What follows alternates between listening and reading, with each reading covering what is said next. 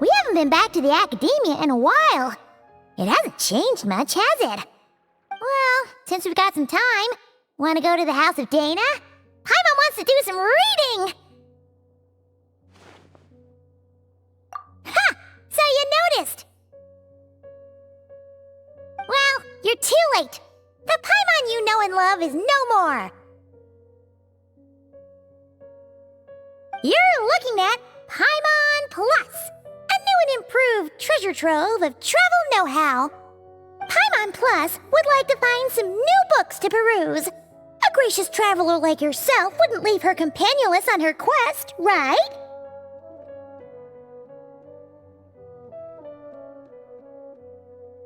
Come on, this way!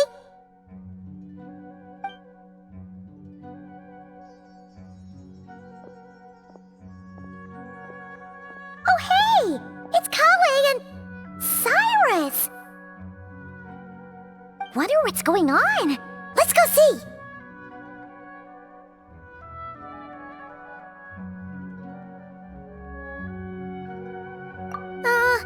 Well, you know what they say? Learning is a lifelong quest. Which means there's always another chance to read a book. But you never know when the next chance to reunite with an old friend will come along.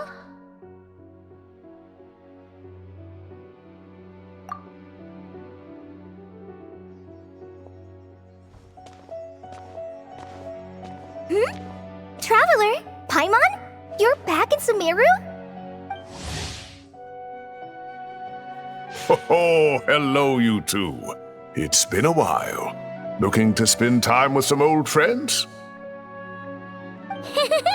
Yep. We saw some familiar faces, so we came to say hi.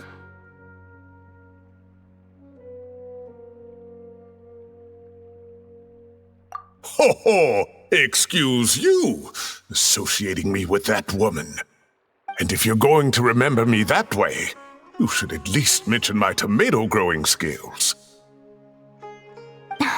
So he's mad about the Zaha Hadid part and not the old man part? Well, Paimon's glad to see you in such good spirits, Cyrus. Must mean things are all good here in Sumeru.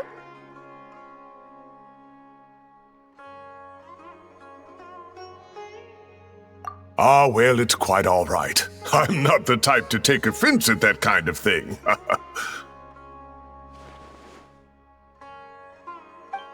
You definitely are. Anyway, what were you and Kale chatting about just now? Ah, that. Well, it was quite a spontaneous meeting. I was leaving the sage's office when I spotted Kole in conversation with a Mahamata, and it looked serious. I thought something bad might have happened, so I hurried over as soon as the conversation ended. But as it turns out, our Kole is moving up in the world. The academia even hired her as a consultant. Wow! That's incredible! Oh, it's nothing, really. Look at that, so humble. Takes after me, she does.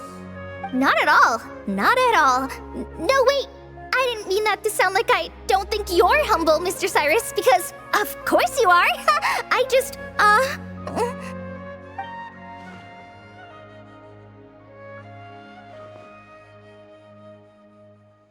Oh, well, I wouldn't even call myself a consultant. I'm just helping out.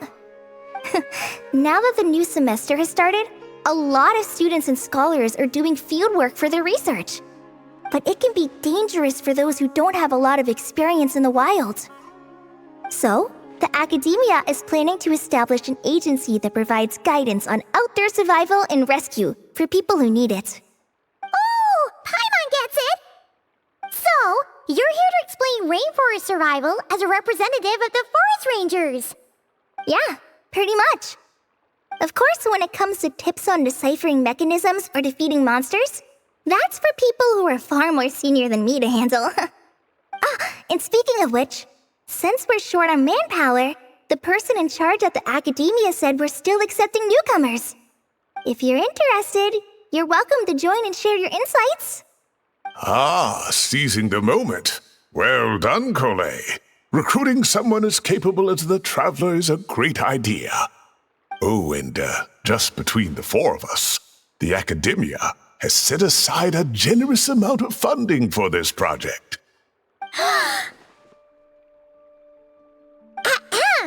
Well, since Kali's thrown her hat in the ring, we should help out too. What do you say, Traveler? Great! We're all supposed to meet up in Aru Village later, so I guess we'll regroup there. I was kinda worried, since Master Tainari isn't around to help this time, but now I feel much better! Yeah, even if you don't trust the Academia's eye for talent, you can trust ours for sure. And mine, of course. I have as good an eye for people as I do for tomatoes.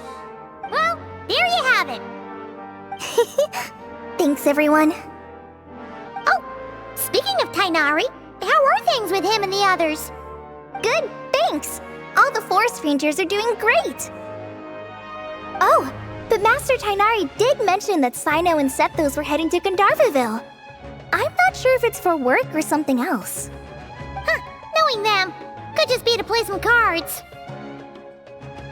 I'm not sure. Apparently Sethos is bringing someone else with him too. But with my academia commitment, I didn't have time to ask for more details. Huh, well now Paimon's curious. Should we go check things out, Traveler? That's true, and I'm sure they've missed you. Now that is how it should be between friends. Getting together to play cards or enjoy a meal. Yet here I am, stuck with Nephis, who only ever calls to talk about research. Well, I won't delay your reunion any longer. Until next time. Goodbye, Mr. Cyrus. Take care. Alright, I should probably get going too. See you later, guys. Come find me in Aru Village when you're ready. Looking forward to seeing you shine, Kali.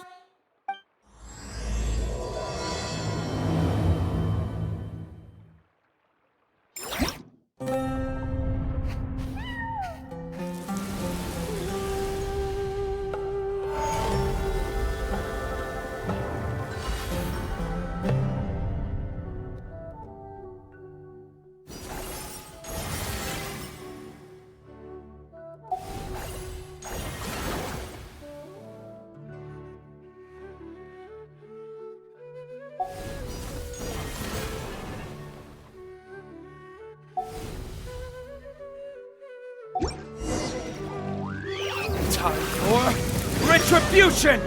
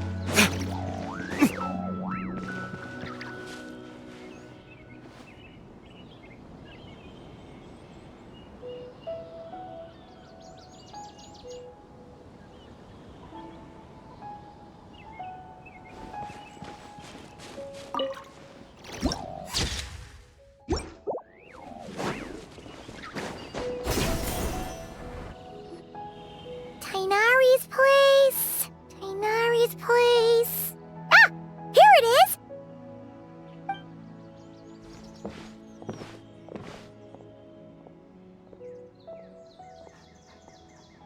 Sino! Sethos! Looks like the whole gang's here. Oh, and Layla's here too!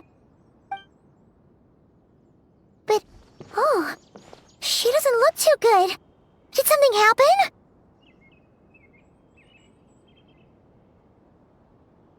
Ah, Paimon, Traveler.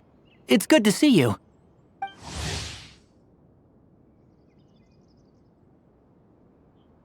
I'd welcome you like a proper host, but I'm a bit busy at the moment. Apologies. No need to look that worried. My observations indicate Miss Layla's condition has improved quite a bit. There's no danger to her mind. She's just fatigued and needs some rest. Excuse me for a moment while I blend some calming incense. I'll let you two explain the situation. All right.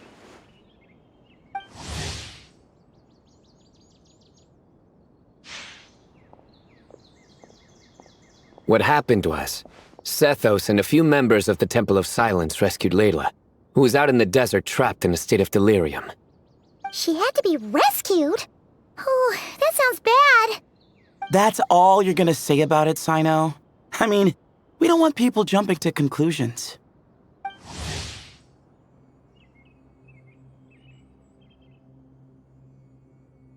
That's all I can say about it.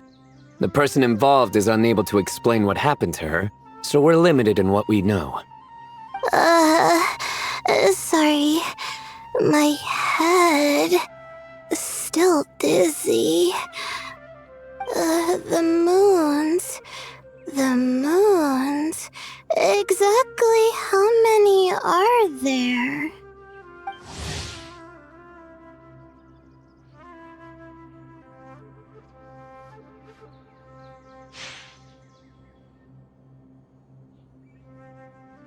She's been repeating that phrase over and over again, but she can't seem to remember what happened to her. We tried a few things back at the Temple of Silence, but we couldn't recover her memories. Her symptoms are kind of similar to researchers in the Satyavada life state, so we brought her to Tainari to see if our veteran forest watcher had any other ideas. Tainari is pretty much our last option, so let's hope he can help. The good news is, even if restoring her memory is a no-go, we can help with the headache at least. Jur was in a similar state when we found him, delirious and mumbling to himself, but he's more or less back to normal now. Sorry, I should give you some context first, huh? We should let Miss Layla get some rest. Come with me, you two, and I'll introduce you to the other victim of this incident. Good idea. I'll wait for Tainari here and keep an eye on our patient. All right then, this way.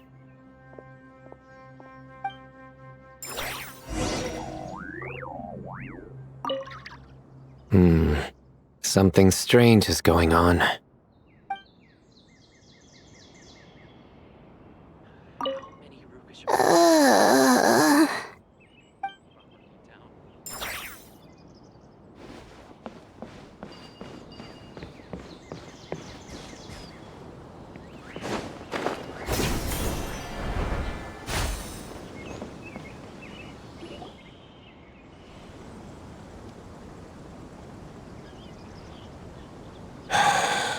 Who did the Ajalenok not offend?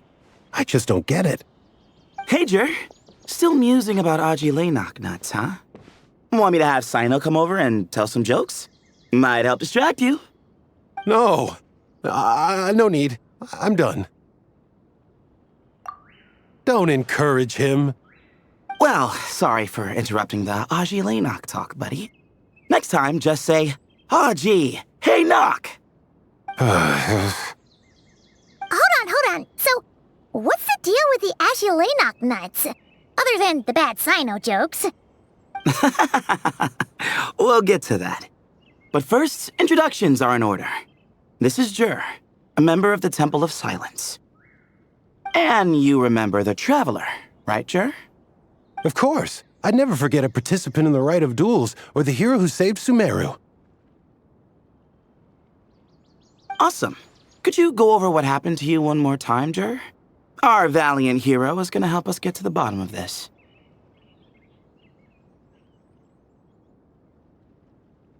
Might as well join since you're here, am I right? Just hear him out. You're gonna want to uncover this mystery once you do. I'd bet on it. Well, I was on an expedition in the desert not too long ago when I got caught in some quicksand. Later, it became obvious it wasn't normal quicksand because instead of sinking to my death, I fell into an undiscovered ruin. In my panic, arms and legs flailing about, I suspect I touched some things I shouldn't have. Because in that brief moment, an enormous amount of information came surging into my mind. I would hesitate to even call it knowledge, because my brain had no capacity to process the information. To use an analogy, it would be like trying to stuff thousands of Agelenok nuts into a small water skin without it bursting. Sorry again with the Agelenok nuts, I know. It's fine. We're getting to that part of the story anyway. True. Well, just as I was on the verge of madness, a single phrase broke through the storm of thoughts in my head. It was a man's voice saying, "Don't eat Agelenok nuts." What? I know it's hard to believe, but that's what happened. I was saved by the phrase, "Don't eat Agelenok nuts." I'm not sure. I'm not even certain it was a man's voice. It's hard to remember now that I've been repeating it so much myself. Anyway, the good news is I no longer feel like my head is going to explode. Of course, the bad news is that phrase has been stuck in my head for the past few days. Wow. But doesn't it have the opposite effect? Like, the more you say don't eat it, the more you want to eat it? Yes, that's exactly right. Whoever the voice belongs to, I don't know what his deal is with those nuts. Well, the world's a big place. There's bound to be people who don't like sweet stuff. I suppose. Strangely enough, I'm starting to think the voice belonged not to a man, but a cat. A cat? How? That's the question, isn't it? What would a cat be doing in an abandoned ruin like that? Just as my mind was reaching its breaking point, I could have sworn I heard the sound of a cat guiding me to exit. But when I came to, all I saw was endless desert, and Sethos shaking me in a desperate attempt to wake me up. I'll admit, it was pretty terrifying seeing you like that. Staring off into space and mumbling about Agelenok nuts. You sure don't sound terrified. Sorry. It's not that I don't care. It's just kind of hard for rambling about Agelenok nuts to sound menacing. Now, what Layla was saying, on the other hand, that is much creepier. Exactly. The unknown is what breeds fear. Agelenok nuts are familiar, but the moon suspended above us at night? That's about as foreign as it gets. Well, we don't know that for sure. There could be a whole other world inside an Agelenok nut, with a moon of its own. Huh. I guess. Agelenok nuts are not to be underestimated. Right, yeah, of course. Won't catch me disparaging the mighty Agelenok nut. No, sir. Huh. So, a similar thing happened to Layla then? Yeah, I think so. I was in a hurry to rescue Jur, so I put a marker on the incident site so we could go back and investigate. When his condition stabilized, we doubled back around to check and... Exactly. Multiple victims with the same symptoms at the same location. It wasn't hard to conclude that something is seriously wrong with that place. So, after we got Layla out of there, I had the Temple of Silence put up a warning sign at the scene and send patrols to watch the area. Speaking of, Sino, Tainari, and I are going to head back there and investigate once Layla is stable. So, as per usual, you're here just in time. That's for sure. But there's another reason I want Sino and Tainari involved in this. Because the story doesn't end there. Right, Jer? Oh, yes. Where was I? The Agelenok nuts butted in and I... Right. Yes, the cat. As I followed the cat noises, the voice said something else. So, there are those from Tule Tula who still endure. I thought that was strange, of course, because, well, was the voice referring to me? Records of my ancestry are rather sparse, so I'm not sure if my bloodline even traces back to that place. That's right. The Temple of Silence's place of origin. And the home of Tainari's people. Plus, Harmonubis, who Sino and I both share a connection to, was one of the city's founders. As the temple's current leader, if something strange happens in the desert, it's my job to get to the bottom of it. But it turns out, a lot of people have a horse in this race, and I'm not leaving any of them out. See? Knew you'd join. But yeah, that's all we know about Jur's situation. Tainari should be done on his end. Let's head back and check on Miss Layla.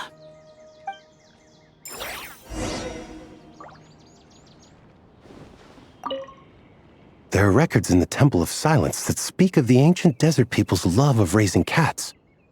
Perhaps I encountered some ancestral cat spirit, long since passed on.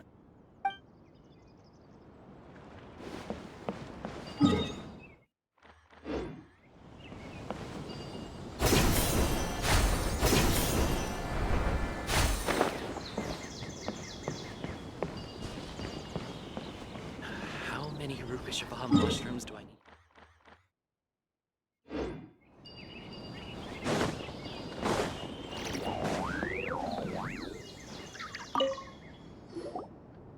How are you feeling? But don't speak if it's too taxing. It's fine. I'm much better now, thanks. I feel like I haven't slept in 2 days, so pretty much back to normal. Whoa. That's your normal? Traveler, Paimon, I thought I heard your voices earlier. Oh, and, I'm sorry. Huh? You don't have to apologize. You didn't do anything wrong. No, I just mean, I think I'm about to disappoint you. My head was kinda muddled earlier, but I still heard your conversation. I know you're trying to figure out what happened to me, and I want to help. But, I really don't remember anything. Does your head still hurt? No, I feel fine. The incense you made helped a lot. I'm still hearing those words in my head, but other than that, I'm okay. It's just, all I remember are those words. Everything else is a total blank. One moment I was heading to the stargazing point I'd calculated, and the next, I was on my back in the sand. The same phrase playing over and over again in my mind. How many moons are there in the sky? Sethos, did your friend Jur suffer from memory loss too? Not really. His memories are blurry, but there aren't huge gaps like this. He remembers touching something. Someone talking, a voice mentioning Tuletula, and hearing a cat lead him to the exit. A cat. Did you hear it too? Huh? Now that you mention it, I think so. It was so soft. I thought I was imagining things. Which means, at the very least, what the two of you experienced while escaping the ruin is consistent. A single sentence repeating in your heads, and the faint sound of a cat. Still not a lot to go off of. Agreed. Oh, is your head hurting again, Layla? No, I was just thinking. Maybe my memories are blank because I was sleepwalking at the time. Sometimes, my friends and classmates tell me about things I don't remember doing, or places I don't remember going. I don't talk about it a lot because, well, I don't even know how it happened. But I don't want my personal circumstances clouding your judgment. So I, just wanted to mention that. Ah, I see. Well, thank you for telling us. But I don't think we need to dwell on that for now. We're gonna check out the site of the incident for ourselves, so that should help us come to our own conclusions.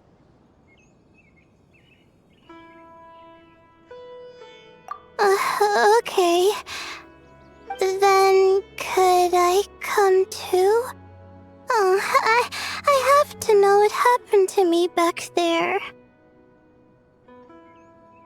Sure, but on one condition. You need to be in tip-top shape before we head out. If your condition isn't stable enough before then, we'll have to figure out something else. Of course. No problem. Well, I'm more concerned about Tainari. You sure you'll be alright in the desert? You say that like I'll evaporate on first contact with sand or something. Call it curiosity. If this concerns my ancestors, I want to figure out what's going on. Anyway, as long as I take things slow when the sun's out, I should be fine with the right preparation. Besides, it's a good idea to have a doctor on hand in case of emergencies. So long as our doctor doesn't become the emergency. Well, if that happens, I suppose I'll just have to rely on the kindness of my entourage to haul me back home. All right, well, that all sounds good to me. Let's meet in 2 days like we agreed. Jer and I are gonna head back to the Temple of Silence to do some research in the meantime. See you in a couple days. Sounds good.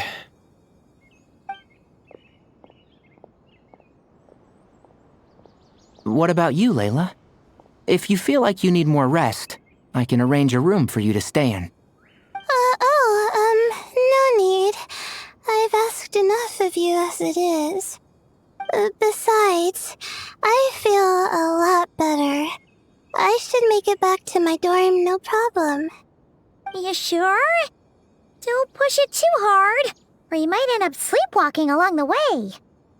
Don't worry, I'll be fine.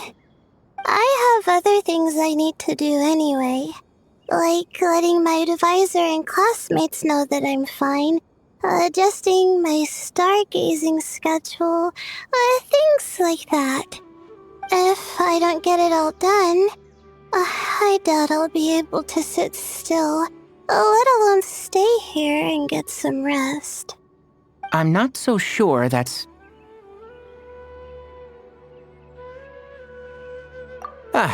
a much better idea. Thank you, Traveler. Of course, if anything starts to feel off, come back for a checkup right away. You'd better listen to him, Layla, or he'll feed you tasteless slop as a punishment. Punishment? You're the one who caught a cold. You're supposed to eat light when that happens. Besides, with your nose stuffed up like that, you couldn't taste anything to begin with. Huh. Is that so? And here I thought it was an intestinal issue. Should have seen that coming. You're off the clock, so now it's time for puns, huh? Oh, brother, not this again. Don't worry, Paimon. I understand.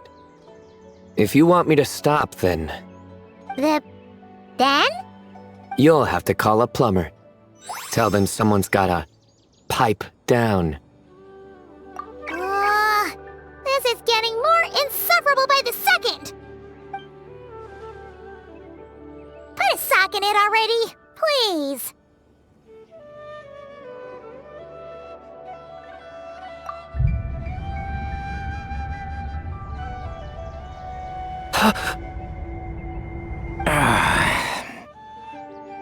Paimon's done with this game.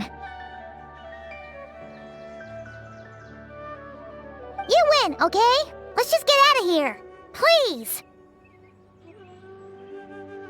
All right, you stay safe. I'll try to stay sane.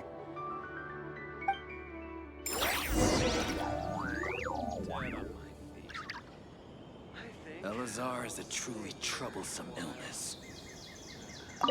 It seems your jokes have improved with practice, Traveler.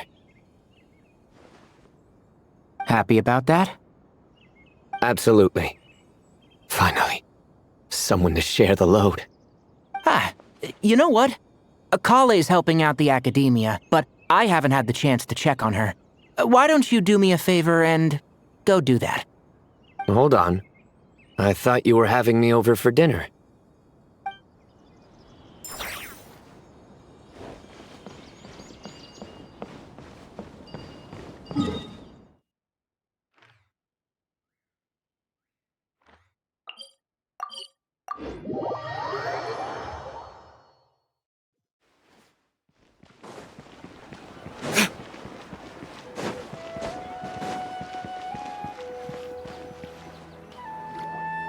Moons. Azulenok nuts. Moons. Azulenok nuts? Are the moons going nuts? Oh no! Looks like Paimon's caught the brain bug too! She can't stop thinking about those two things! Oh, Paimon's gotta clear her head. But how? Aha! Got it! The cafe over there! Why don't we head over for a quick pick-me-up?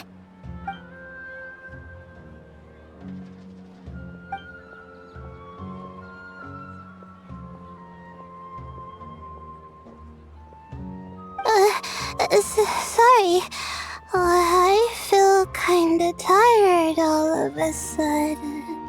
Wait! Is it because of all Paimon's muttering just now? Oh, sorry. The coffee will be Paimon's treat, okay?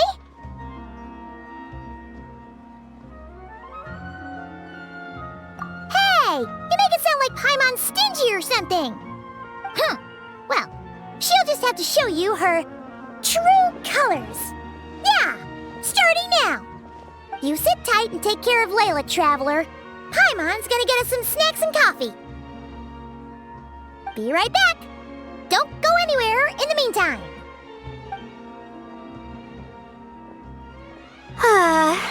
She's pushing herself again as always.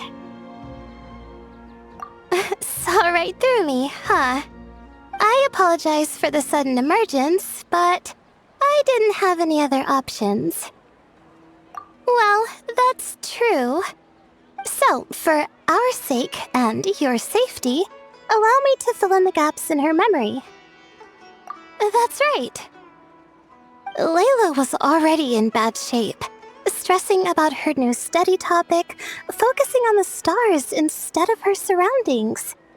By the time she realized the danger she was in, it was too late.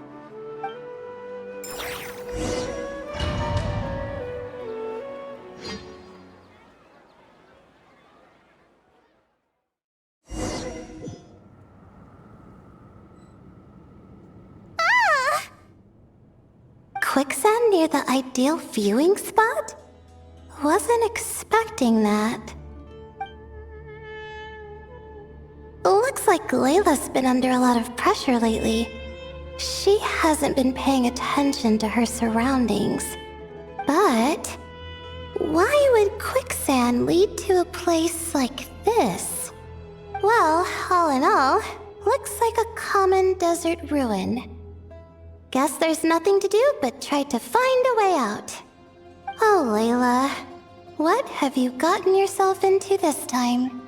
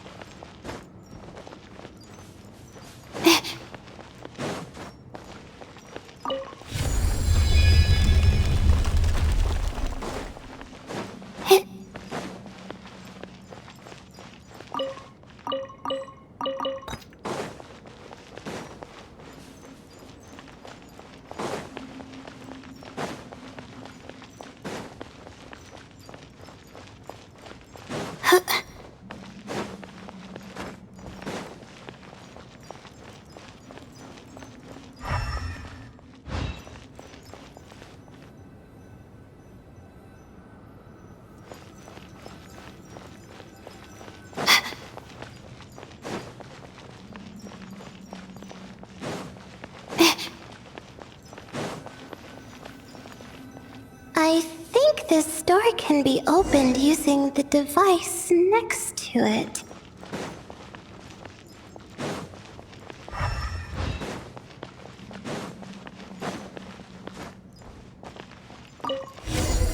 Just like I thought. Ugh, what was that?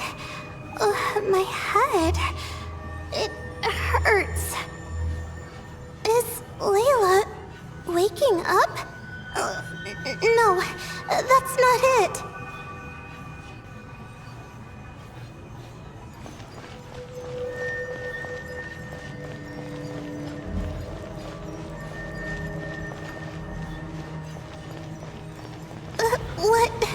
What's going on?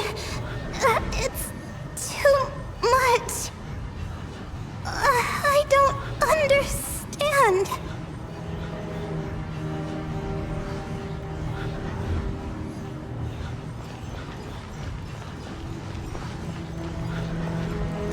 The ground is... Where am I? It's spinning.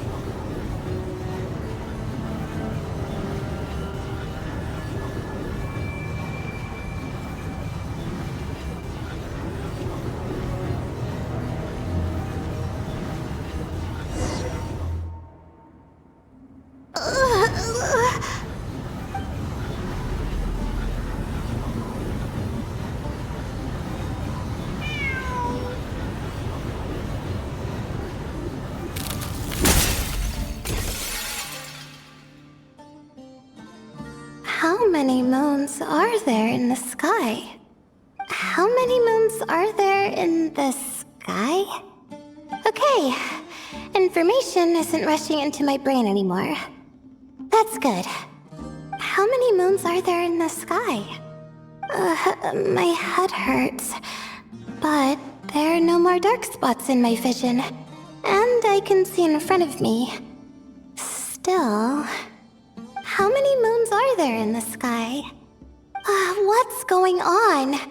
The same thought keeps popping into my head. What does it mean? How many moons are there in the sky? Isn't there just one? A cat? I think there was one earlier, too.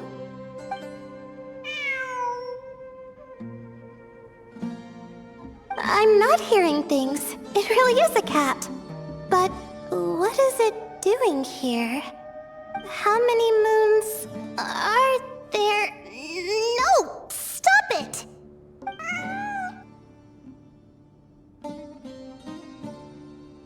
Does it want me to follow its cries? Well, it's not like I've got other options. Come on, Layla. You can do this.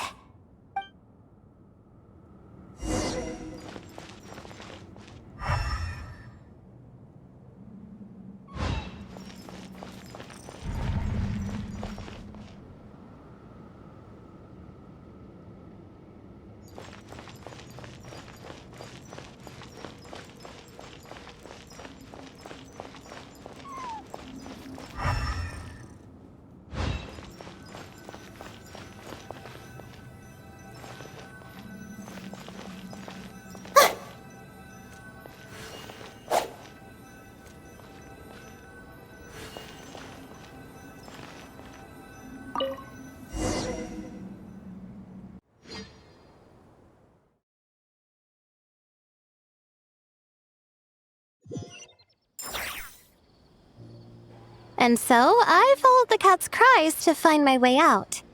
It was quite a kind creature. It didn't even leave until the other me started to wake up. Thinking back, it all started when I touched that device. I've heard fellow students talk about it before, how the desert is full of objects that do strange things. Sometimes it's just a minor inconvenience, but other times devices like that can cause massive trouble. Of course. I forgot how much adventuring experience you have. Still, carrying an umbrella doesn't mean you can't get soaked, so just Be careful, and stay away from unknown devices. No need to thank me. You and Layla are about to head into dangerous territory together. You need to be safe so she can be safe. Well, I think that about sums it up. Ah, and just in time. Your coffee's here. Traveler? A little help over here?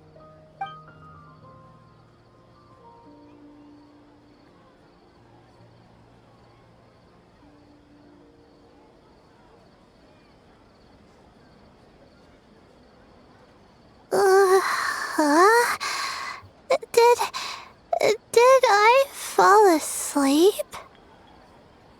Wow! Paimon didn't even know she had such an impressive skill! Ha! Does that mean since Paimon bought this coffee, it would just make you sleepier? A beverage that puts people to sleep. Better saved for work hours, I think. What? So you can nap on the job? Who does that? Huh? Oh.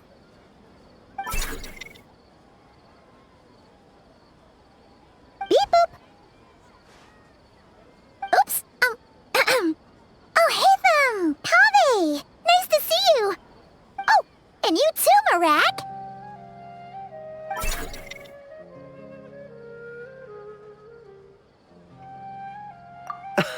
Sorry. Hope we're not interrupting anything.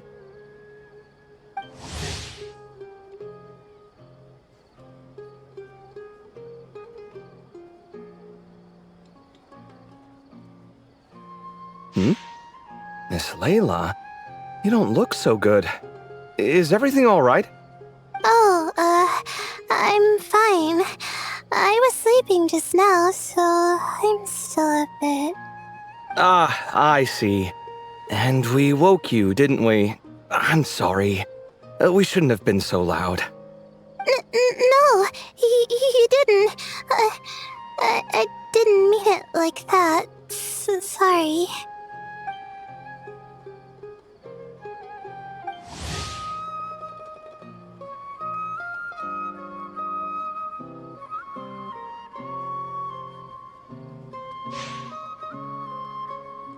Wait, where are you going? You just got here! I'm going to do what I came here to do. Which is? Buy coffee beans.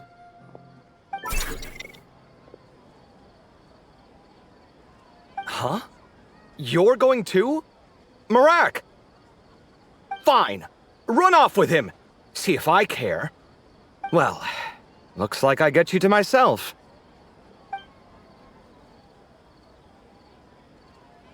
It's been a while, hasn't it? How have you been?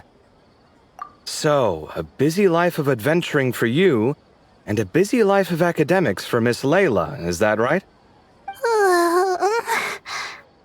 Oh, is something wrong? Ah, the desert's not always the friendliest place, that's for sure. And from the look on your faces, I'm guessing this problem's not resolved?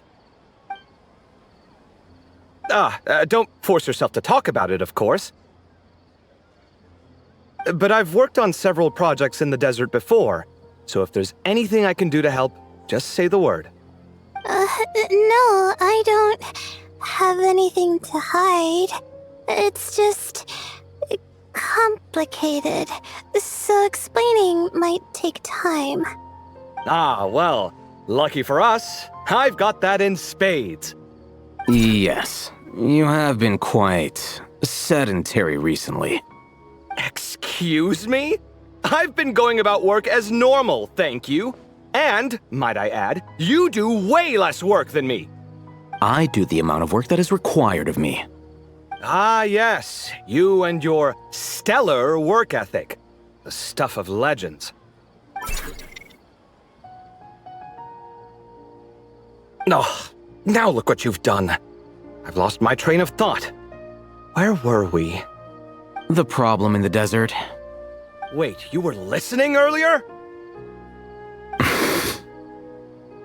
Oh, we're giving the silent treatment now? Mature, very mature. Continue, Miss Layla. I'm curious as to how this incident unfolded. What did I tell you? This one doesn't have enough to do. Alright. Well...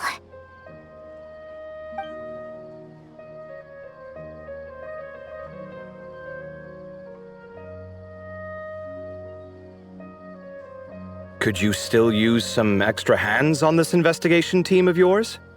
Huh? You want to join, Mr. Kave? That's right. I think my experience studying desert mausoleums could be of some use here. Al-Haytham's expertise in ancient languages could be helpful too. Besides, I consider you all to be my friends, and friends are supposed to help each other out. Wait, I'm involved in this now? Oh, please, I know you. Half the battle was over the minute you said you were curious. We couldn't stop you from joining if we tried. Well, you've got me there. Besides...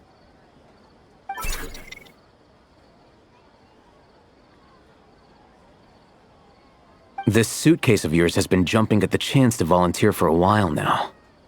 I imagine... You imagine? Mechanical life forms might also feel homesick from time to time. Huh. Now that you mention it, Marak's core was a component sourced from the desert. That could prove useful. You're sure you want to come with us? It could be dangerous. Oh, I'm sure. All the more reason to recruit as much help as possible. It's important to count on friends at times like these. Our pleasure. It's a plan, then.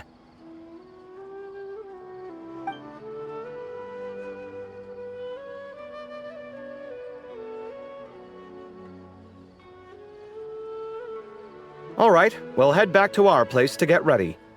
This one hasn't been on a trip in a while. Chances are, he doesn't even remember how to pack a suitcase. I'm not worried. It'll get done. Somehow. Would it kill you to help every once in a while? I do help. It's called moral support. Oh, of course.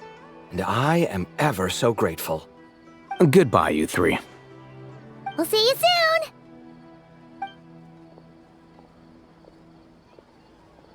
Oh, and Kave, your coffee beans! You were too busy glaring at Al-Haytham, you almost forgot them!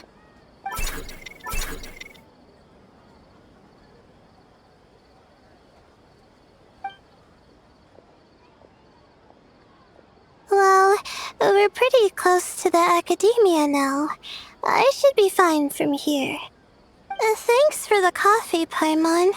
I feel much better now. Right. I'll follow the doctor's orders.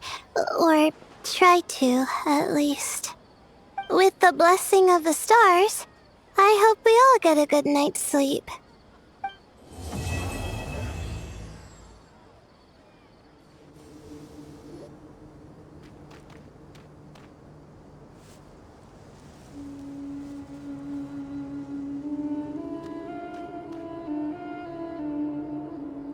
Looking at the map, we should be getting close.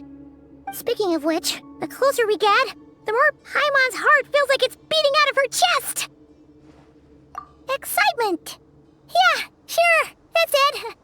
Oh look, it's Tainari and the others. Everyone's here bright and early.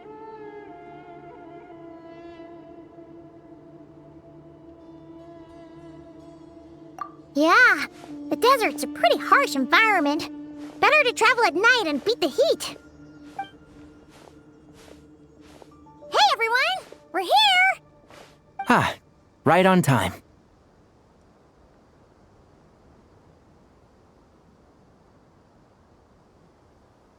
You don't need to worry about me. It's not too hot yet, and I'm properly hydrated. All right, we're just waiting on the two people Miss Layla mentioned, and then we'll be set.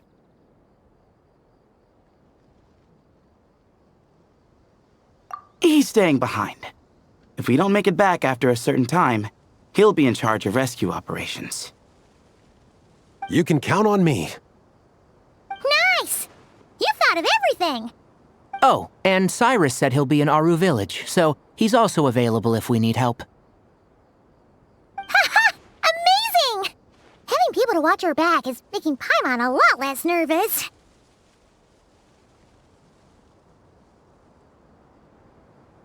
Yeah, I did. After hearing about what happened, my advisor gave me some time off to rest. So, my studies are on hold for now.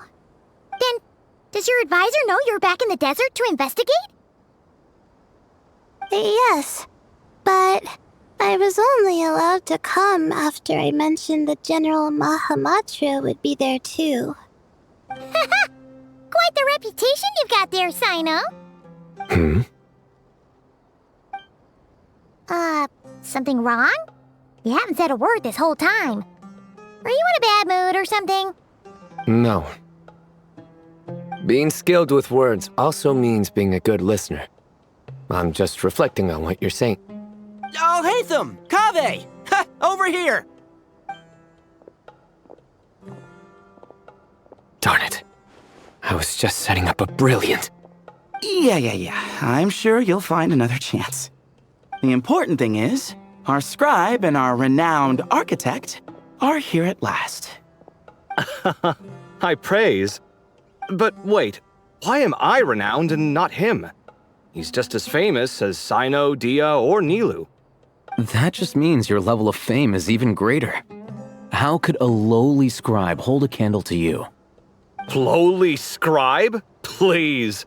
All those strings you pulled to get those new books from the House of Dana? What do you call that? Borrowing. Anyone with an employee ID can do it. Uh-huh, yeah. The House of Dana bends over backwards for just anyone, does it? Send a report to Lesser Lord Kusanali then. Let her know someone at the Academia is abusing their position. Hey! I never said abusing! Impressive verbal sparring, as always.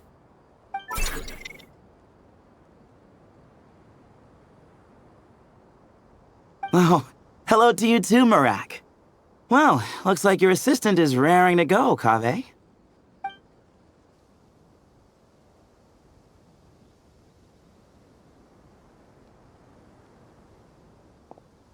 So, I say we get this show on the road.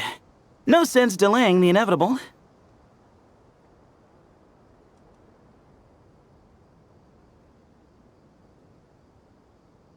No need.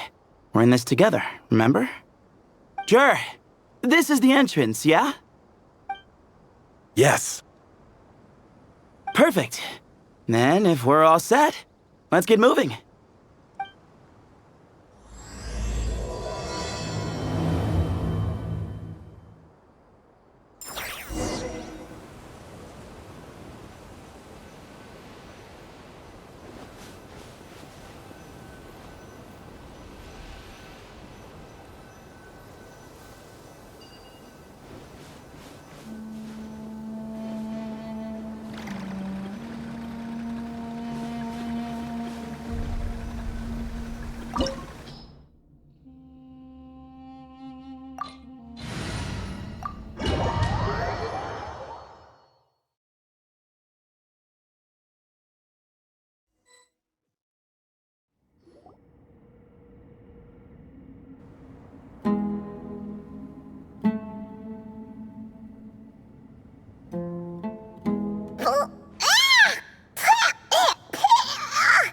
Paimon's mouth is full of sand! Ugh. So that's what falling into quicksand feels like? If this was quicksand, we would have struggled to breathe. No. I think this was regular sand, and we didn't sink into it. We fell through it. Into this place. Agreed. In other words, sounds like a you problem, Paimon. Ha ha, very funny. No way, Paimon's the only one. Ha! See? What? I'm the only one with sand in my shoes? Yeah, right.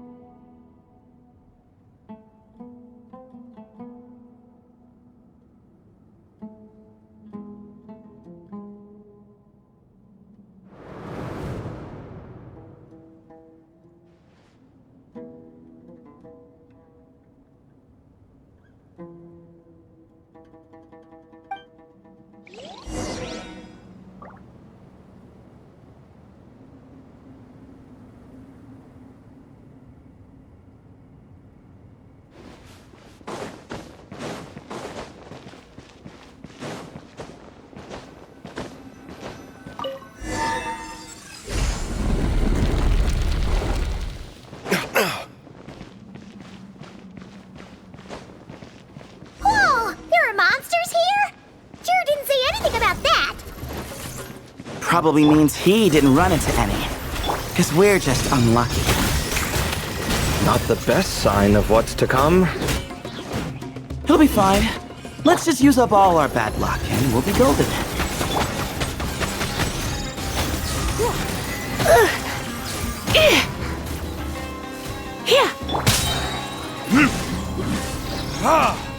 Time for retribution!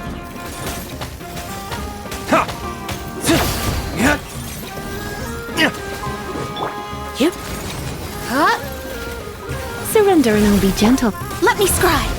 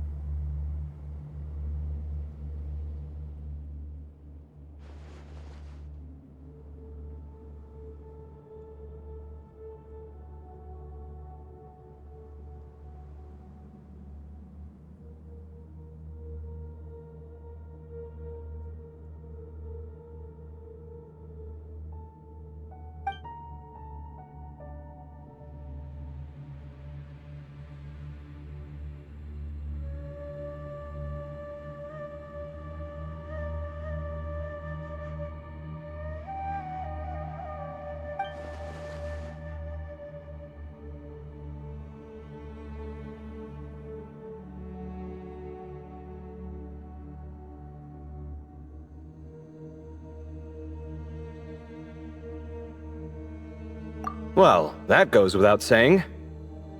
Fair point. There's just one problem, though.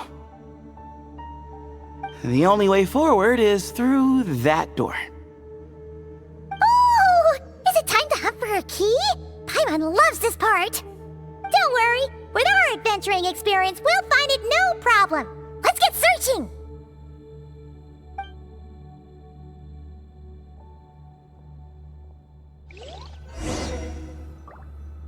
Marak, wait!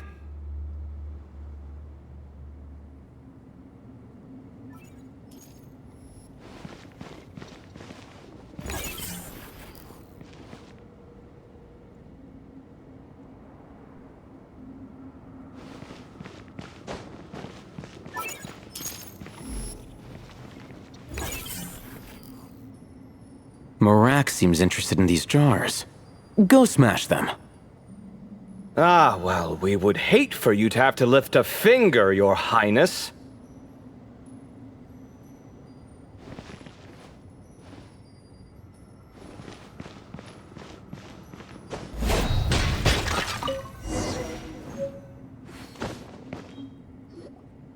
Marak, this isn't really your old home, is it?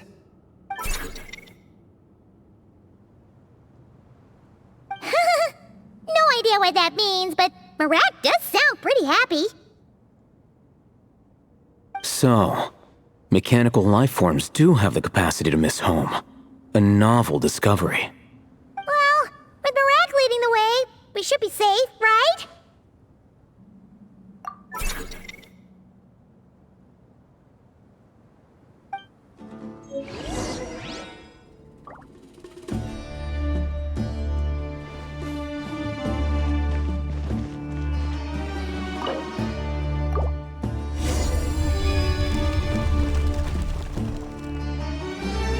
Good thing you decided to join, Kaveh. Otherwise, our investigation would have ended at that door. It was nothing that I did. You should thank Marak instead.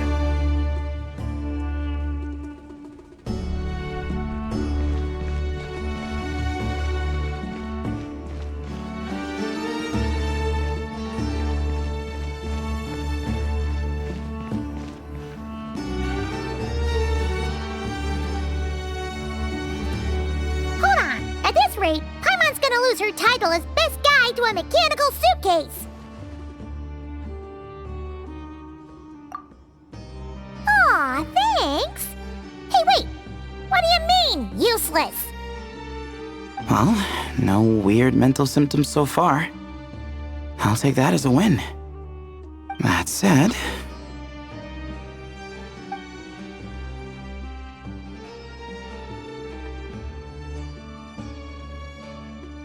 There are 3 doors here. So, we split up. Divide and conquer. Otherwise, this whole thing is in ruins. No pun intended on that last part. I swear. Yeah, that might be our best option.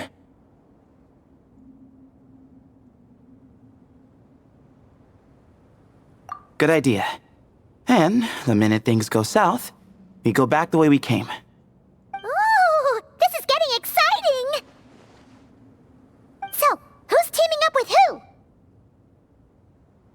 Paimon calls dibs on the Traveler!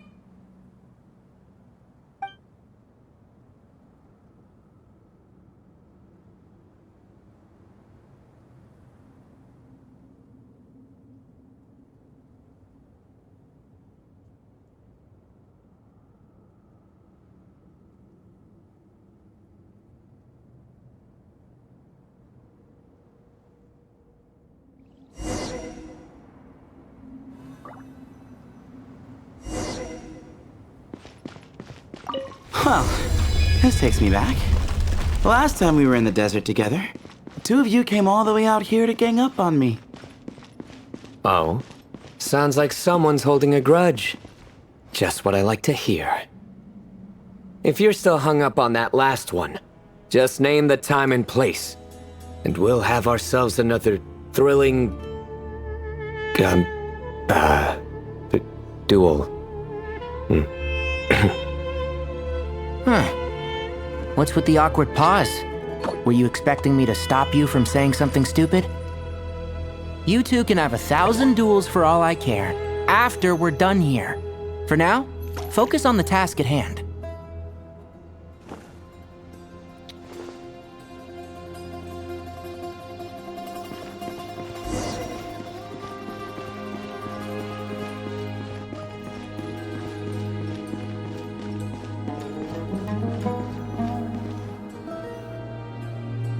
This chamber is huge. I can't even imagine what it's used for. Oh. What's wrong? I seem to have stepped on some kind of stone slab. Huh.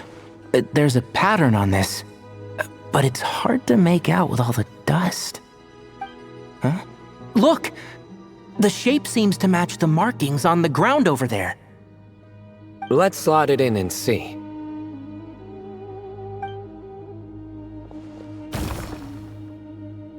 And we have a match. Looks like we need to find the other 3 broken slabs. Let's search the area, but be careful where you step.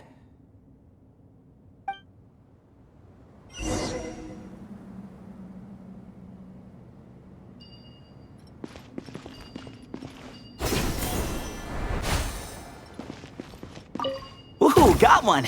Ouch, but watch out. The edges are kind of sharp.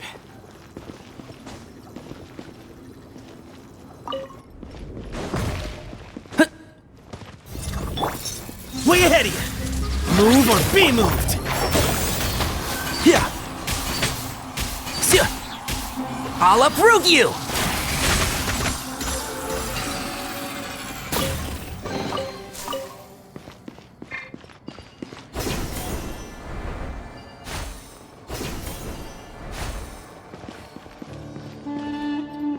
Got the 3rd piece.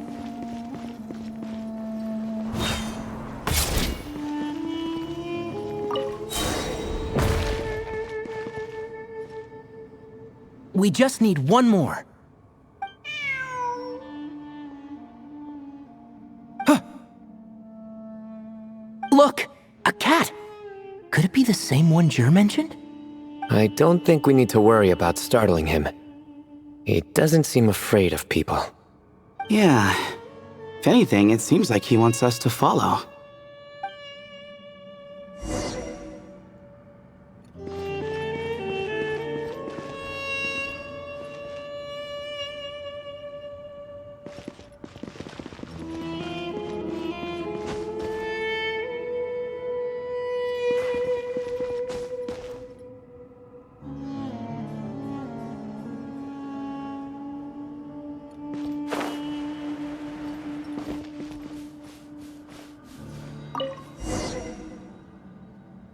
Oh, he led us to the last piece.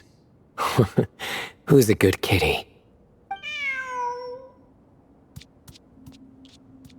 I never thought I'd hear you say something like that. You've clearly never heard how the professor talks to his tomatoes, then.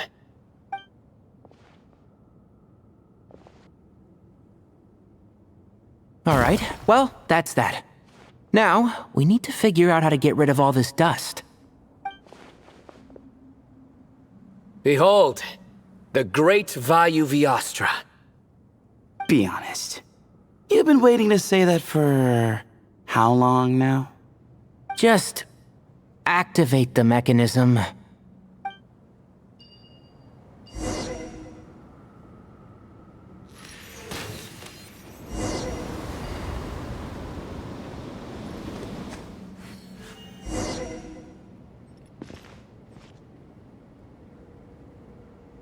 Huh.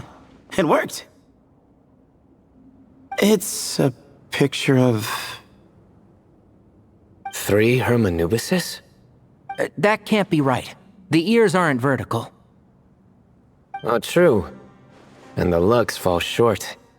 My hat is much better looking.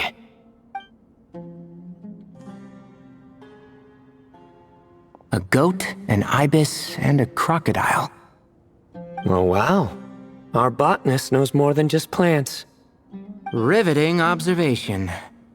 I was just thinking. These 3 figures look a lot like the 7 pillars of King Deshret. That's right. These are our colleagues. Our what now? You sure about that? Just kidding. But what I meant by that is these were Hermanubis' colleagues back then. The middle one is the Goat King Harashef, Minister of Ministers, the god Amun's most trusted chancellor. Records say he was the deputy king of the Desert Sands, chief among the 7 pillars. Someone even more impressive than Hermanubis? I wonder if that ever got his goat. Sorry, couldn't resist.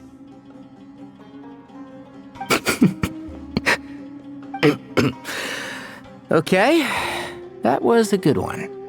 Wait, really? I've got so much more where that came from. Where were we? This is Sobek, the Crocodile King, captain of captains. As the name suggests, he was a valiant commander and had dominion over all weapons of war. And finally, this is the Ibis King Thoth, scribe of scribes. Your memory's pretty impressive. I bet you're almost as good as me at memorizing cards. A scribe? Did he manage archives then? Like Alhaitham? Wait, that's all Alhaitham does? I never knew being an academia scribe was such a cushy job. Well, that's how his friend put it, anyway. But it does seem like he has a lot of free time. Well, I don't know much about the academia, but I'm sure the Ibis King had more responsibilities than that. The temple's records say he represented the wisest aspects of King Deshret, inventing the desert script and arcane arts at his king's command.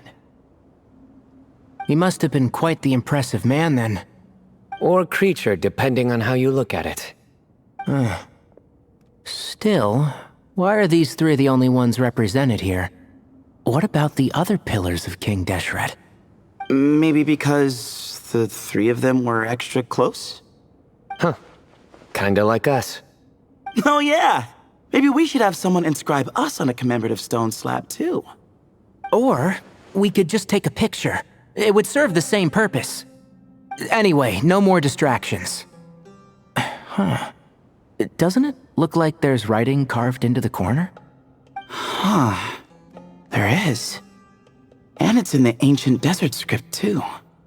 Looks like the Ibis King left you some homework. Give me a sec. I'll try and translate it. The ministers are unvirtuous. The scribes, unwise. The captains, unworthy. My end is not humanity's end. Hereby bestow upon you all the far side of eternity. Wait, so They went to Aru? It doesn't sound like it was their idea. The far side of eternity is said to be the final land of dreams for all desert dwellers. But if such a place did exist, wouldn't it also be an inescapable prison?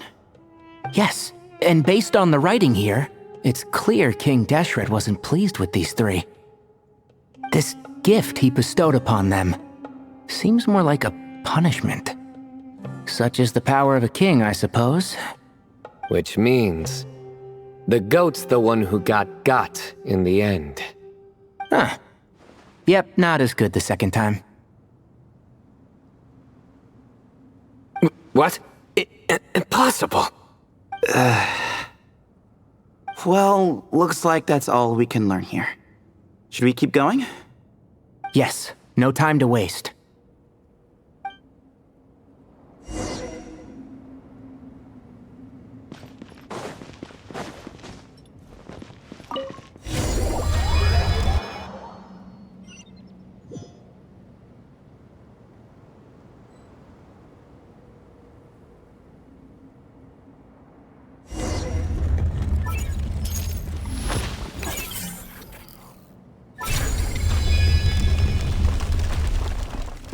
Jeez, who knew a suitcase could be so fast? Marak is nothing like this when it comes to housework. Hey, wait up! A scout's job is to take the lead. Just let Marak figure it out. Easy for you to say. I'll be the one doing the repairs if something happens. Why don't you go scout ahead then? When I think of a comeback, I'll let you know. No rush. Oh, Marak stopped. What is it? Found something? Looks like something covered in sand. Let's get it out then. Come on. Oh, it's a stone slab. Good job, Marak.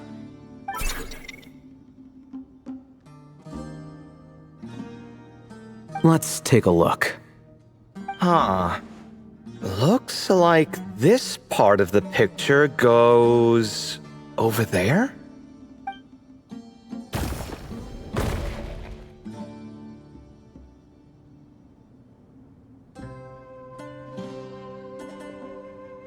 In that case, there must be other pieces. All right, and let's look around. Hey! Why are you sitting down? I thought Marak was helping. Oh, so you do know what that word means. Great. Are we supposed to just sit back while Marak does all the work? No, I doubt you could do that. Exactly. But I can.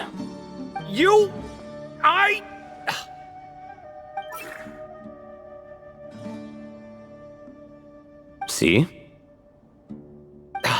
It's all coming back to me. How insufferable it is to work with this no-good, do-nothing... We could be more efficient, I agree. I'll work on this piece. You take care of the rest.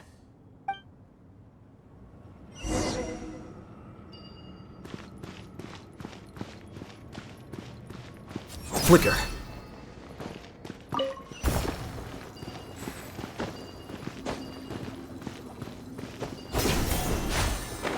Found one!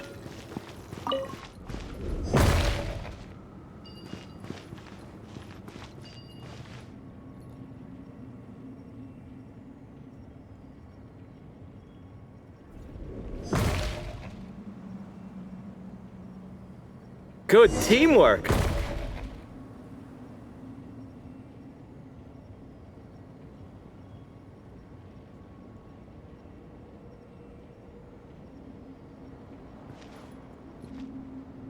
Looks like we found them all. The pieces fit together like a glove.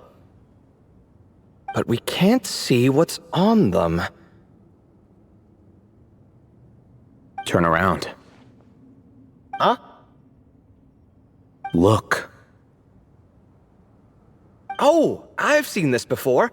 It can create strong winds. Just what we need to clean off the slab. Come on, let's... Hey!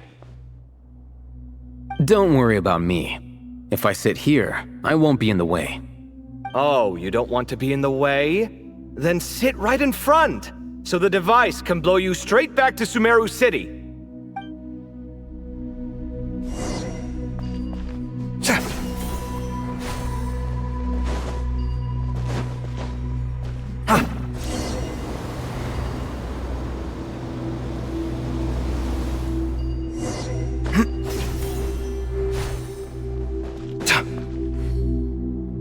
Done. Huh.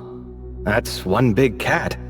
And there's a shattered crown. I think it's depicting some kind of story. Look, there's writing too.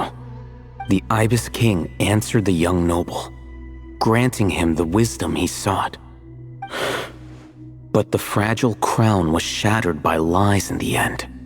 Here I leave the name, Gudars. Gudars? I've seen that name in a history book before. He was a young noble who sought to save his realm, and a king who once united the desert. That's right. Although his methods were rather shameful. During his long reign, he betrayed his family and the nobles who supported him, only realizing the error of his ways after his enemies left him nowhere to turn. But by then, it was too late. Seems like a common occurrence across history. Different people, same mistakes. It's an inevitable pattern, destined to repeat itself.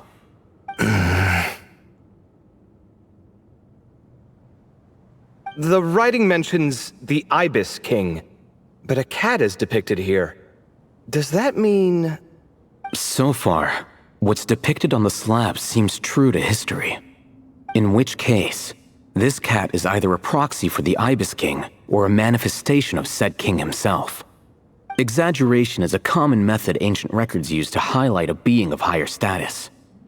And as we know, Layla and Jur both heard the sound of a cat while escaping the ruin. You're saying the Ibis King, one of the legendary 7 pillars of King Deshret, is here, still helping those in need? I'm saying we can't rule it out.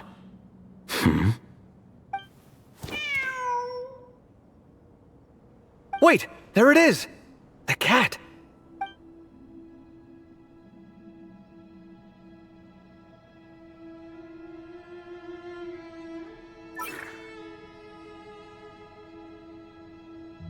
Ah! Marak went after him! The cat's showing us the way forward. Come, let's follow. Okay.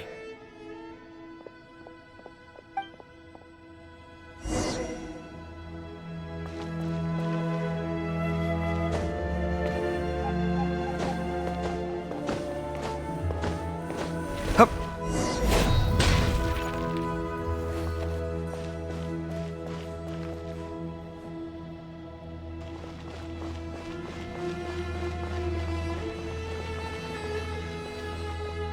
Huh. The cat's... gone. Yes, but look where he led us. Oh. Another slab. It looks similar to the last one.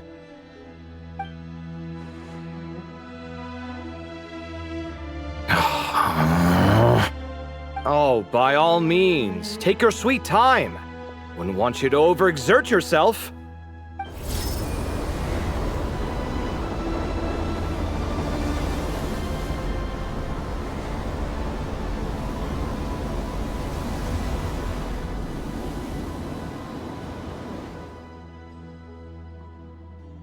Huh. The scene depicted here... Seems to be a different tale. The Ibis King answered the Jinn-blooded dancing girl, granting her the wisdom she sought. But enemies plotted to kill her close kin. Snake venom was her self-chosen end. Here I leave the name, Makaira. The Temptress of Woe? You've heard of her? Of course. I don't just sit around doodling all day. She's mentioned in tons of papers about the desert. As I recall, She was given as a gift to the tyrant king of Gurabad, and later seized the opportunity to kill him. After getting her vengeance, she reigned as queen for many years, until her enemies attempted a coup, and she took her own life. That's more or less the version I've read as well. It seems this queen also had dealings with the Ibis King. Yeah, I'm starting to find this whole granting wisdom business a bit concerning. I mean, considering how Gudars and Makaira ended up, it might not have been a good thing. But, at the same time, if the cat guiding us is linked to the Ibis King, then he doesn't seem like a villain either. People are complicated, and the same is true of the servants of the gods, no matter their wisdom or power. Let's reserve judgment for now and keep moving.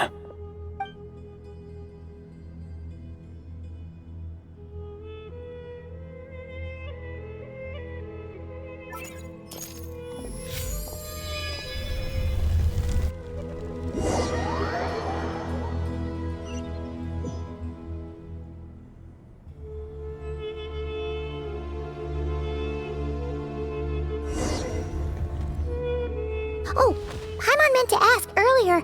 Have your memories come back, Layla? No, sorry. To be honest, nothing about this experience feels familiar. Besides, my focus is the stars, so I don't spend a lot of time exploring ancient ruins. Guess that makes us the senior researchers in this scenario. Stick close, all right, Layla? Okay.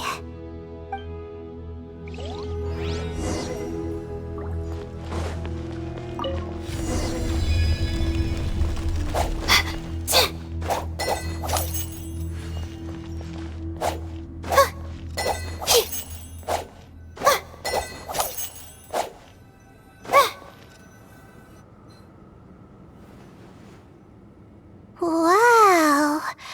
What a tall ceiling. Yeah. For such a big place, it's so empty. Like no one ever lived here. Sure must have been boring to live in ancient times, staring at ceilings all day. Now that you mention it, I've heard some people used to draw star maps on their vaulted ceilings. Some might even make them transparent to better observe the movement of the stars. It sounds so nice. Stargazing from the comfort of your own home. Wait a second. I think I see something up there.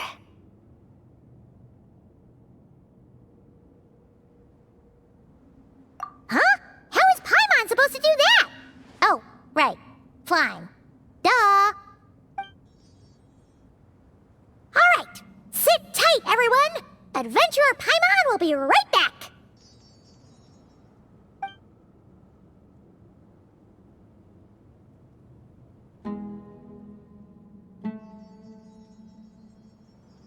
Okay. So, there's nothing super special up there. Just a couple of shelves, tables, jars, and scrolls. And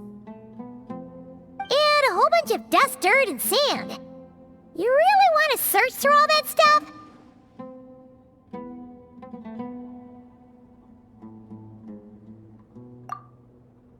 Well, when you put it that way... Come on then, let's see what we've got. Paimon's hoping for something super valuable. Thanks. I'll stick close.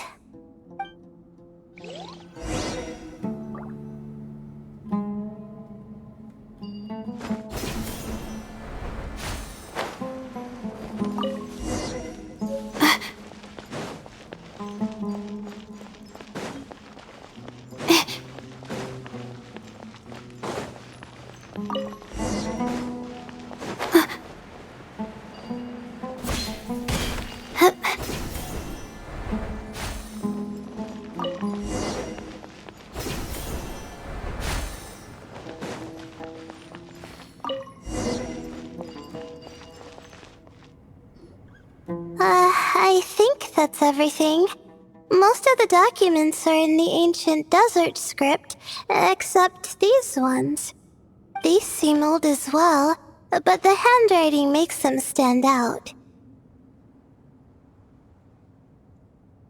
Right! Let's arrange them in chronological order before we read through.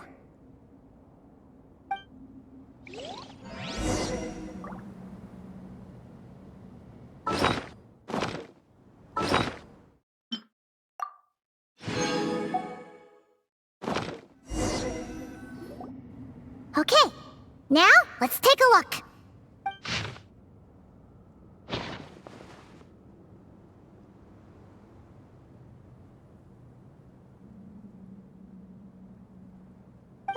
Maybe this person fell in by accident, like Mr. Jur and me. Yeah, maybe. But they don't sound super worried about their situation. So, either this person's an ace adventurer, like the Traveler, or some kind of super optimist. An optimist, huh? I wish I could be that sort of person.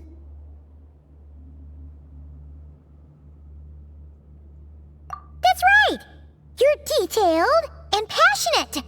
Great qualities for an adventuring buddy. This optimist seems super obsessed with exploring every corner of this place. That could have gotten them in big trouble for all we know. Well, I appreciate the compliment. It's almost magical how words like that can make you feel like you can do anything. I only wish that magic could last a little longer. Until I figure out my new study topic, at least.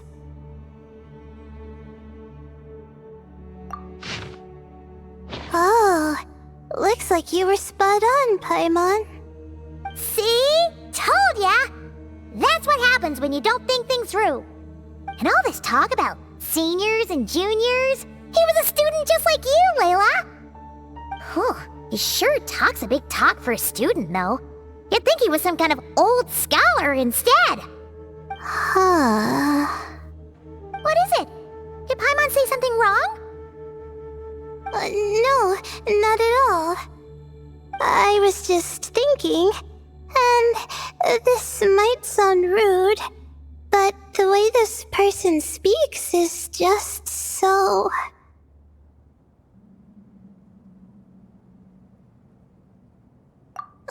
you noticed too. I mean, it's good that he helped treat his companion's wound, but it didn't seem like it was out of kindness. More like he was looking out for his own self-interest, or thought he could get something out of it. I don't know. Maybe I'm reading too much into it. Yeah. If you're both in this dangerous situation together, wouldn't you mention them at least once? If it were Paimon, she would write down the name of every single person she was with. No one would be able to get away. Actually, I find Paimon's approach quite sensible. It makes sense from a safety perspective, too. That way, if anyone came to the rescue, the notes would be able to tell them everything they needed to know. Whoa! That's genius-level thinking!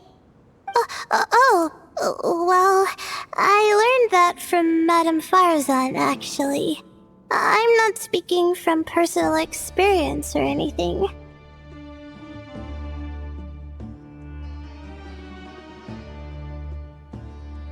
Oh, no! I'm just a student. It's fine! You taught us something, so you're our teacher. Simple as that. Anyway, from the looks of things, the student who left these notes behind was pretty weird. Let's keep reading.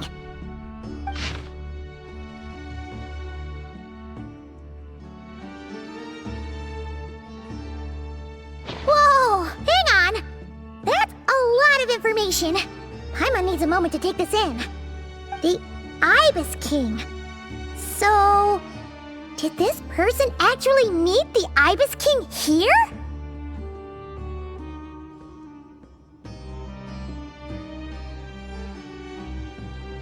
Sorry. Who? Jeez, not again! Stop teasing her, Traveler! You know she was asking about Nefer. Anyway, Nefer's, a friend of ours.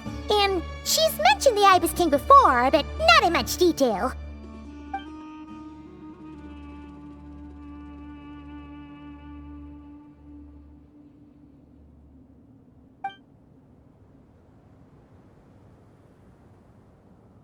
Oh, I see. Well, that's not too surprising. Most people in Sumeru know about King Deshret, and most in the academia have at least some knowledge on the Seven Pillars. Legend has it, King Deshret ruled the desert at the head of several wise retainers, guiding their people to pursue the limits of wisdom. He also left behind treasures for future generations, which continue to be relevant in nearly every research discipline. Now, this message indicates this student and his senior were rescued by the Ibis King. But to think it's possible to meet him in a place like this... We don't know when these notes were written, but didn't the Seven Pillars disappear a long time ago?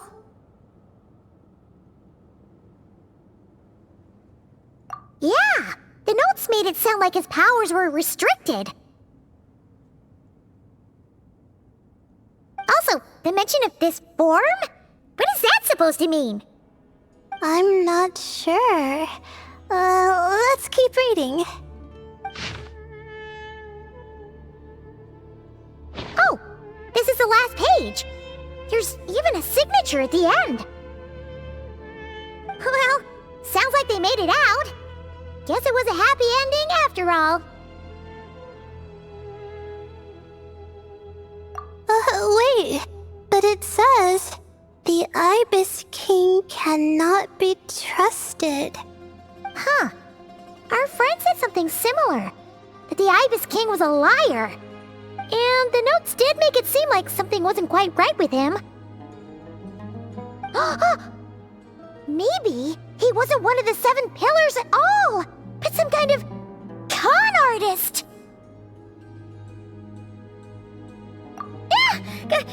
Great, Ibis King!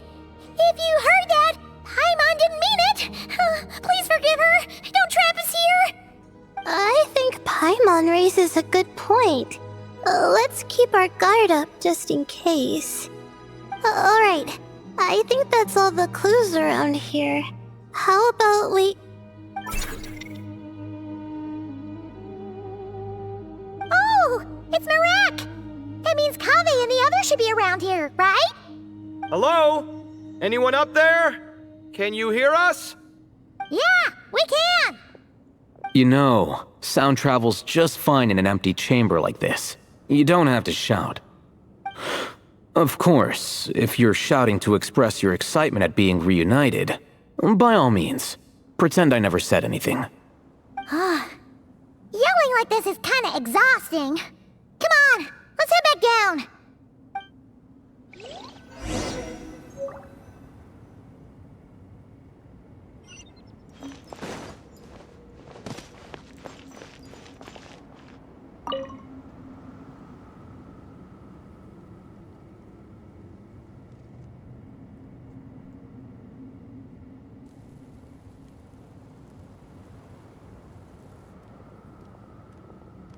Wow, we all ended up in the same place, huh?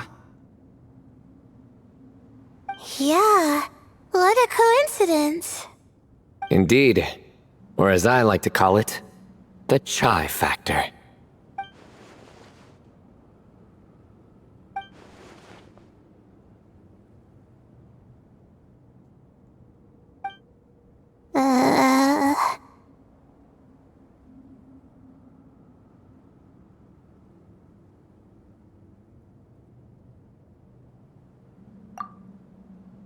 Huh?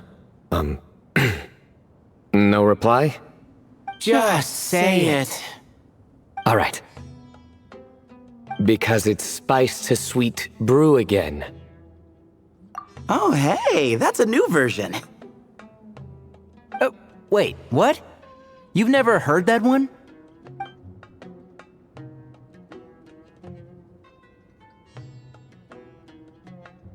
What are you looking for? A place to sit and read my book. Oh, great. What else is new? Well, looks like everyone made it through unscathed. Let's take this chance to get some water, rest a bit, and discuss what we learned. Sound good? Yeah, let's debrief.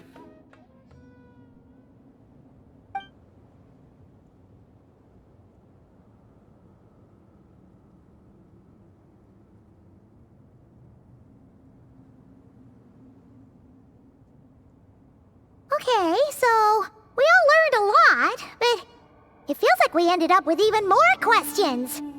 Yeah, but one thing's for sure. This place is tied to the Ibis King in some way. Hey, Sino. You're the current representative of Hermanubis. Can you call him up for a sec? Of course. Just let me sense his presence.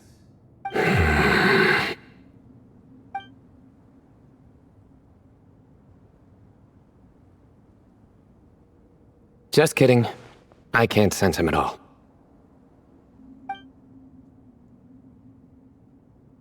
Jeez, Sethos. Did you set him up for that one? What are you, a two-man act?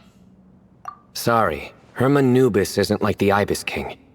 He can possess me, but I can't talk to him whenever I want. Oh, truly? Does that mean he's gone? I would have liked to reminisce about old times with him. The cat! It speaks! Of course it speaks. In fact, it is not an it at all. You do me a great offense. My apologies.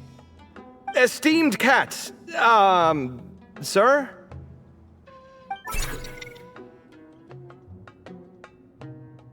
Oh, this little contraption is still here. Contraption? No, this is Marak. Which means you do his assistant a great offense. Huh? Well, I didn't mean...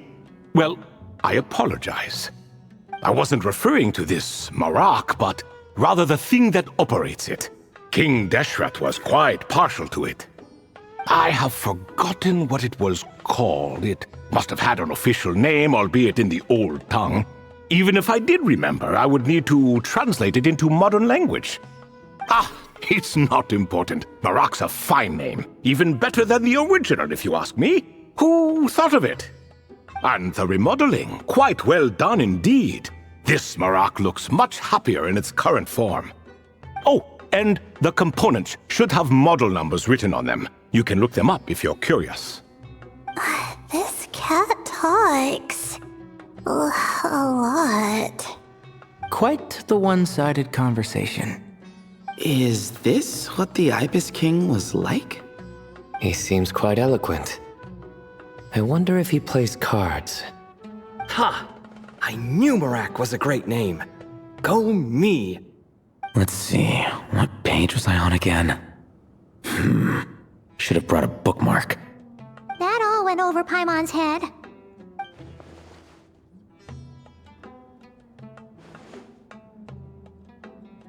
Hello indeed. For you to know my name. Yes, I was not mistaken. You are special among your companions. But you are all guests. It is only proper to invite you in. Come then, this way.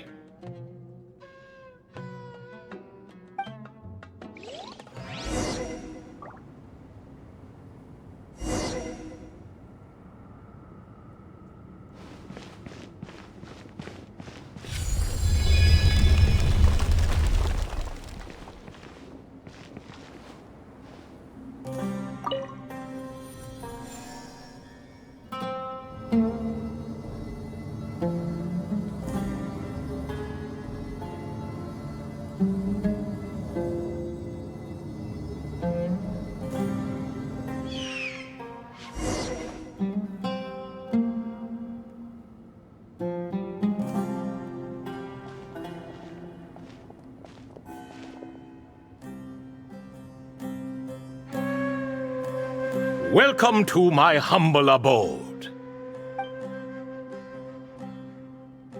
Oh, your house sure is spacious, Lord Ibis King. I fear it's not quite what it used to be. In fact, it has long ceased to be my home at all. It belongs to the descendants of the cats I once raised. Such adorable creatures, aren't they? Take the one I'm borrowing here, for instance. A chubby fellow with such lovely fur. Anyway, tradition dictates that a special guest such as yourself be presented with a gift. Alas, it's a first-come, first-served basis, you see. I fear with the passage of time, none are left. What? So the treasure's gone already? Treasure, you say? Not an inaccurate description.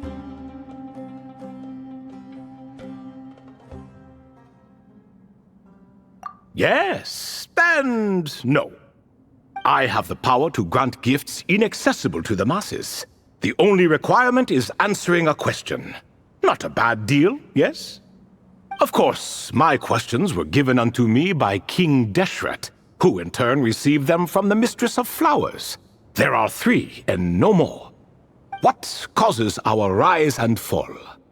What obliterates love and hate? What determines truth and falsehood? The more he talks, the less Paimon understands. I see. That must mean Gudars and Makaira managed to answer 2 of the 3.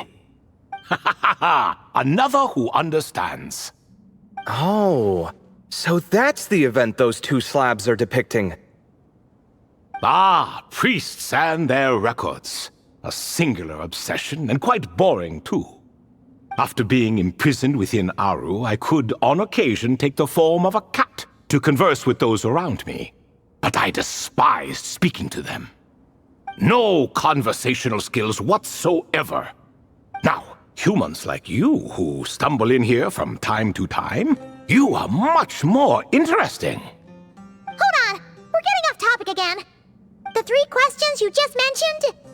What are they for, exactly?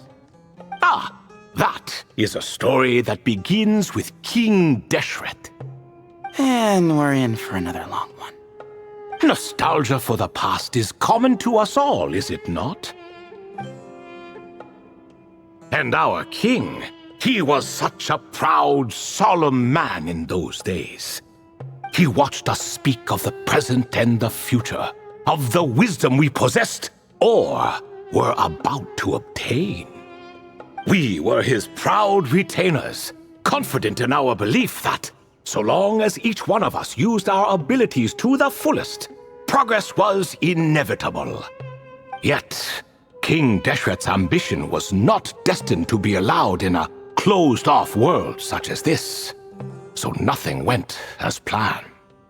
In fact, from the beginning, there were signs an outcome of this nature was inevitable. Because although there were 7 pillars, one was forever absent. Al-Ahmar would insist the Dendro Dragon Sovereign was one of us, but the dragon herself rejected that idea. Huh. Like a card you can never seem to draw from your deck. More like a card that was never in the deck to begin with. Alas, that's just who Al-Ahmar was. There was nothing we could do about that. And I always preferred chess to cards. In the end, life grew unbearable for our king. But, of course, those who remain must continue to live on. But subjects like us were less fortunate. After all, the fate of a retainer is decided by the king, including the chance to walk away. So it was then that King Deshret had Kroko, Goti, and I locked up within Aru, where we remain to this day. Krako. Goti? Ah, of course. You're more familiar with their full names. Sobek, the Crocodile King, and Hereshef, the Goat King. And let me tell you, when it comes to chess, Hereshef was a habitual backseat strategist, always spewing nonsense from the sidelines. Well, Sobek was all too quick to take his terrible advice, to the point where I was the one who got accused of cheating. Chess is an exercise in patience, and that man couldn't sit still to save his life. He could never excel at that game. In fact, neither of them were good at chess. Even so, we played together often, and since I was always the winner, we got along quite well. What are you laughing at? Were we not good friends? No one's laughing. Paimon would never. No, not you. It's Goti. He's laughing for no reason again. Can you not hear him? Ah, right. Of course you can't. The two of them are inside Aru, as am I, so only I can hear them. What is even going on here? Has he, started to lose it after being trapped for so long? That does happen to prisoners serving life sentences. Speaking of which, how's Azar doing these days? I doubt he's doing much of anything. Just what I wanted to hear. What is the meaning of this? You doubt my words? I have half a mind to not talk at all. Oh, no. They're not questioning you, Lord Ibis King, just discussing other things. Please, continue. In that case, where were we? Getting to the part about the 3 questions. Hopefully. Ah yes, we're almost there. Before I entered Aru, King Deshret said I could be released from my eternal seal if I chose humans who could provide the correct answers to those 3 questions. The first person who caught my eye was Gudars. I asked him, "What causes our rise and fall?" He answered, "Conspiracy and betrayal, for it renders the righteous and wise unable to succeed, and thus nations fall." I found his answer quite interesting, so I bestowed upon him the power to deceive. The second human I chose was Makaira. I asked her, "What obliterates love and hate?" She said unto me, "I have nothing left to lose. Vengeance alone can quench both love and hate." I found this to be another fascinating response, so I granted her the power to be loved. But both of them ended up... Now then, young one, riddle me this.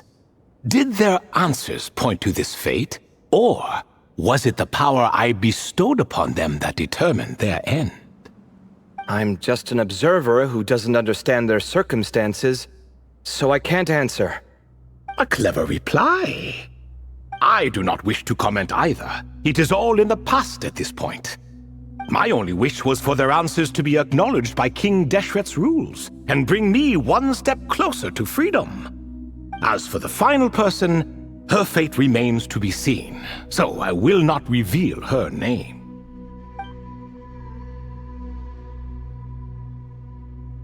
I asked her, "What determines truth and falsehood?" and found her answer quite compelling, so I bestowed upon her a gift to match. As you can see, however, I have not been freed, so it's clear the answer she gave at that time was wrong. But alas, 3 people were chosen and 3 questions were asked, so now all I can do is wait. Wait until her wisdom is in line with the rules set forth by my king. Until she has found the true answer to that question. No wonder there was no 3rd stone slab then. Or perhaps you're just not ready to include her in the story. Though that might be a generous interpretation. Well, it's not merely because her story remains unfinished.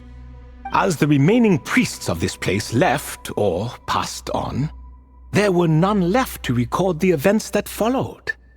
Besides, stone slabs are few and far between in the Great Red Sands.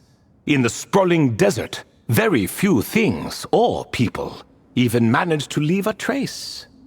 But sometimes I can't help but wonder, if that young man from several centuries ago had been willing to answer my question, would I have left Aru by now. Wait, so there was someone else? Of course, it has been thousands of years after all. All sorts of people have stumbled upon this place, but I only chose the special ones.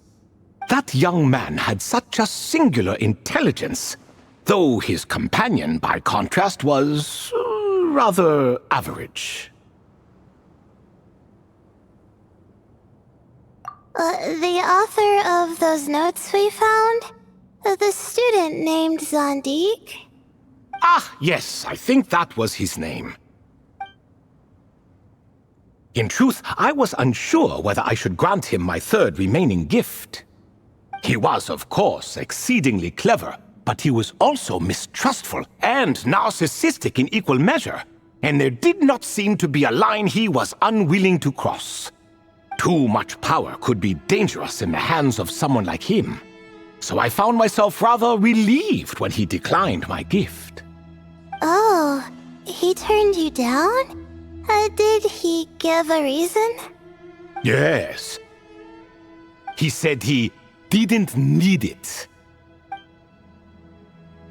I still remember the look in his eyes. Nothing stood out per se, and still I could sense contempt and disdain radiating from his gaze. I could not give an exact reason, but on instinct I just knew it would not end well to get close to a man like that. So, I tricked him. Stick close to your companion, I said. Only the descendants of Tuletula can come and go as they please. Leave him behind, and there is no escape for you. So, does that mean his companion wasn't a descendant of Tuletula? Oh no, that part was true. The lie was in the other half. Anyone can enter or exit this place. There are no restrictions. I saw that his companion was exhausted and was concerned Zandik might leave him behind, or worse, that some other accident might befall him. So I made up an excuse to prevent Zandik from going a step too far. Oh, and speaking of, Zandik's companion had the same blue hair and pointed ears as you. Wait, does that mean Layla's also a descendant of Tuletula? Indeed. When Hermanubis founded that city, he took in many who had nowhere else to go. Today their progeny are scattered to the four winds, and indeed are far more numerous than I could have imagined. So the person you protected could have been my ancestor. Yes, yes. You're very welcome for that. Could I ask another question, Lord Ibis King? Of course. I have nothing but time, I'm afraid. Did you also save me and a man named Jur? I did. You two were quite unlucky bumping into a device King Deshret once used to measure human brain power. That contact caused more knowledge than you could handle to flood into your minds. So I replaced that knowledge with simpler, repetitive information. Of course, the side effect being the same thought repeating over and over again in your mind, but that should resolve itself in time. How many moons are there in the sky? Yes, that was the phrase I used in your head. I forgot the other one, though. I believe it had something to do with food. Both were spur-of-the-moment decisions, so no need to dwell on the meaning too much. Oh, I see. Thank you, Lord Ibis King. As I said, young one, you are most welcome. If you're inclined to return the favor, perhaps you could turn off that device so no one else can trigger it? There's only so much a cat's paw can do, so I'm afraid this is something I must leave to you. Or Marak, I suppose. Oh, splendid! Another one bites the dust. Such is the fate of things here. Day by day, little by little, the remnants of ages past fade into obscurity. For that reason, the gifts of bygone eras, be they tied to your blood or technological in nature, are not to be revered. They are tools, nothing more. Disrespectful? I simply make the most of what I have. Besides, our king has been gone all these years. What good does it do to revere him now? Oh, are you talking to the Goat King again? No, Croco this time. He's pestering me for another game of chess. Says he wants to even the score. Wishful thinking, if you ask me. If we counted one push-up for every loss, he'd owe me 300,000 by now. Of course, that's just a rough estimate. I've never kept count. It appears that's something you like. Being someone unable to be defeated. I suppose so. All right then. Time for me to extend my winning streak, and for you all to head home.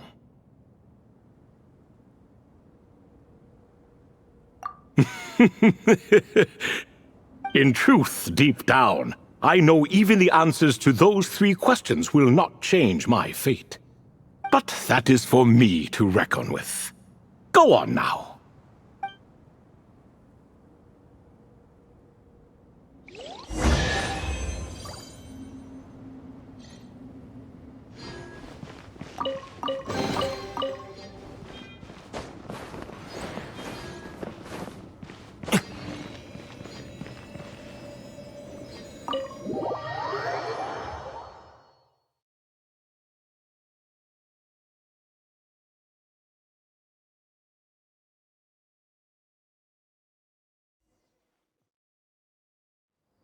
Excuse me? Do you even know what time it is? I've harvested 3 crops of tomatoes while you've been gone. You're exaggerating, Professor. I'm making a point. There's a difference. Sincerest apologies for keeping you waiting, Professor Cyrus. See, that's what I call manners. Now, are any of you hurt? Nope. It went way smoother than we expected, actually. I presume the investigation is complete then. Come, tell me all about it. Oh my, did you luck out?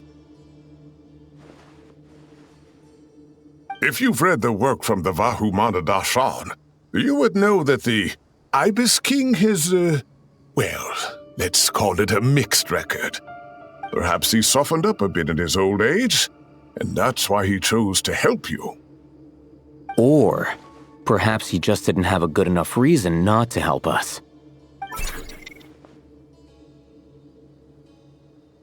See? Marak agrees. How do you even know that's what Marak meant? That could have just been a happy noise. In any case, there's a lot to be happy about.